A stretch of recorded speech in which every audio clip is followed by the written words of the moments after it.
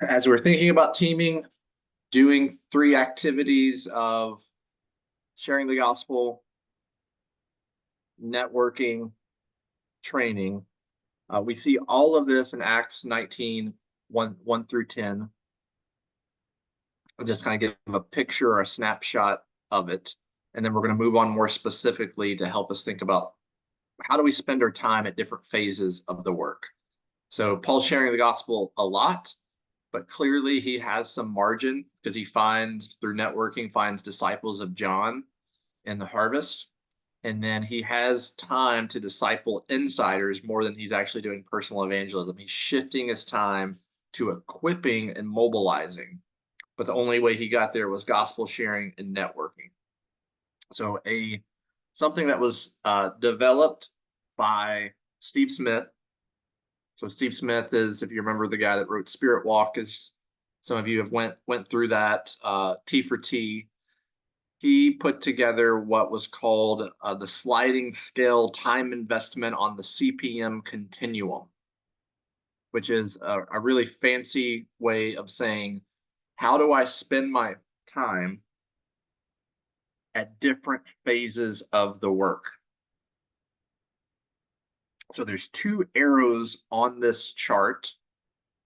The top one going left to right is about your situation. So that's like the phase of the work. Top to bottom is how you are spending your time. And so as this goes across, you see the percentages. So let's just take this let's just do this as an application. Emily, do you have any target group believers?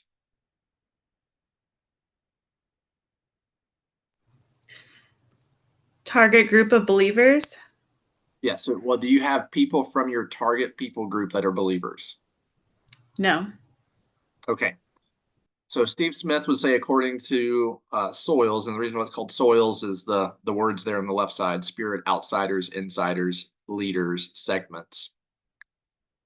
He says that if you have no target group believers, you should spend 20% of your time in fervent prayer. And then you should spend 80% of your time doing evangelistic pushes. So, and that section is called outsiders. So that means you're training and mobilizing, networking outsiders to do 0 to 1 ministry. If you have no target group believers, you're doing, I would say, abiding, spirit, fervent prayer. And then the rest of your time is evangelistic. And don't miss that this is called outsiders, because it's not that you're just going and sharing, but you're mobilizing people that you have the ability to mobilize. And if there's no one from your segment, who can you mobilize? Outsiders. And then we know missiologically, it's a best practice to mobilize close culture believers if same culture believers aren't available. So, Daniel, Shelby, do you know of any believers from your target people group? Not that we're closely associated with. Or in Arlington. Yeah. The one we had is now back in Morocco. But do they exist? Yes, they exist in the world. Okay, so you would be few target group believers. So then how does Steve Smith, SOILS paradigm, suggest you spend your time? If you notice the consistency, 20% fervent prayer, 70% outsiders, 10% training and reproducible processes for insiders. Okay, so if you take, and let's say you're committing 40 hours a week to ministry, 10% is 4 hours. So that's like a couple of group meetings. That seems doable. That seems actually right. You have a few believers, you need a couple of groups. Great. 10% training, reproducible processes. Now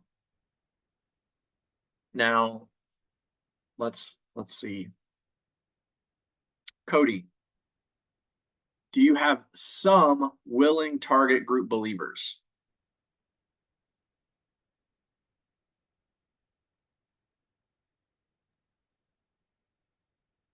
Yeah. Okay. So I would say, just like my exposure to the situation there, that's probably the phase. So 20%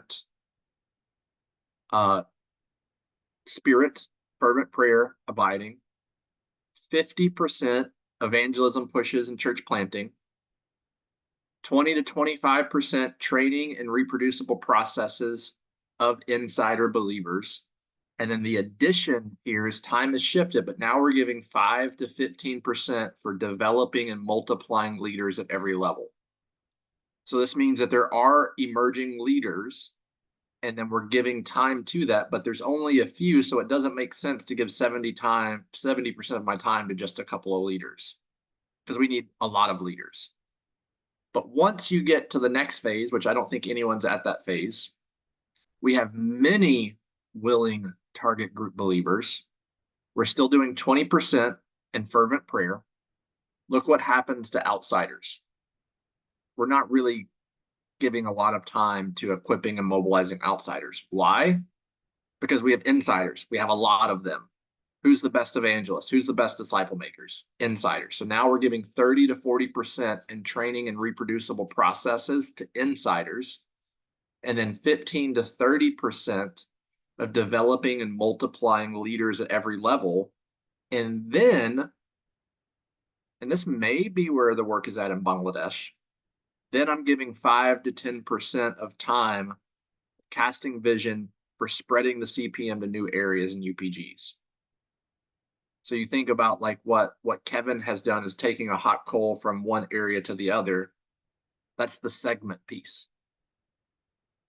Then once you get to abundance, so that like there's an abundance of multiplying churches, not just believers, but multiplying churches, still 20% fervent prayer, 5 to 10% evangelism pushes, 25 to 30% insiders, reproducible processes. But now the biggest single thing that I do is developing and multiplying leaders at every level. And then I also begin to grow and seeing the CPM spread into other segments. So whenever you think about your phase, and I think the percentages are less important than just seeing this sliding scale of like where I'm at really depends on how I utilize my time. If you only have 1 or 2 believers, spending 70% of your time with 1 or 2 believers from your people groups, probably not the most effective. But if you have 40 believers and you're still spending all of your time on evangelistic pushes, it's probably also not the most useful piece of time. So let's pause and then begin to interact with this a little bit.